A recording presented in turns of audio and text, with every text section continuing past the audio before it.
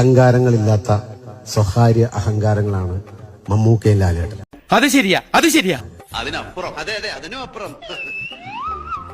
അപ്പൊ ആദ്യം തന്നെ നമുക്ക് മമ്മൂക്കയുടെ ശബ്ദം ഒന്ന് എടുക്കാം. 1 2 3 4. എനിക്ക് മമ്മൂക്കയുടെ ലാലേട്ടന്റെ ഒക്കെ ശബ്ദം എടുക്കാൻ ശരിക്കും പറഞ്ഞു നാശത്തിലേക്കാ നിങ്ങൾ പോകുന്നത്.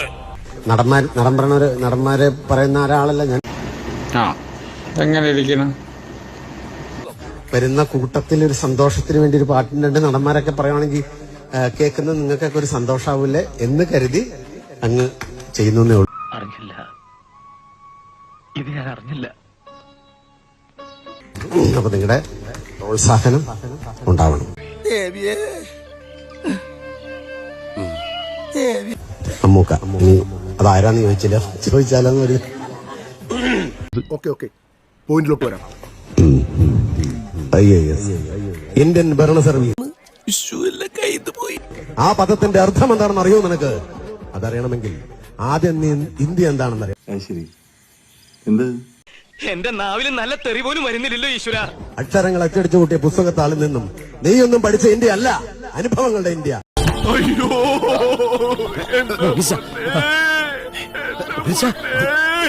കോടിക്കണക്കായ പട്ടിണി പാവങ്ങളുടെയും നിരക്ഷരയുടെയും ഇന്ത്യ. കൈയടിക്കണം മക്കളെ.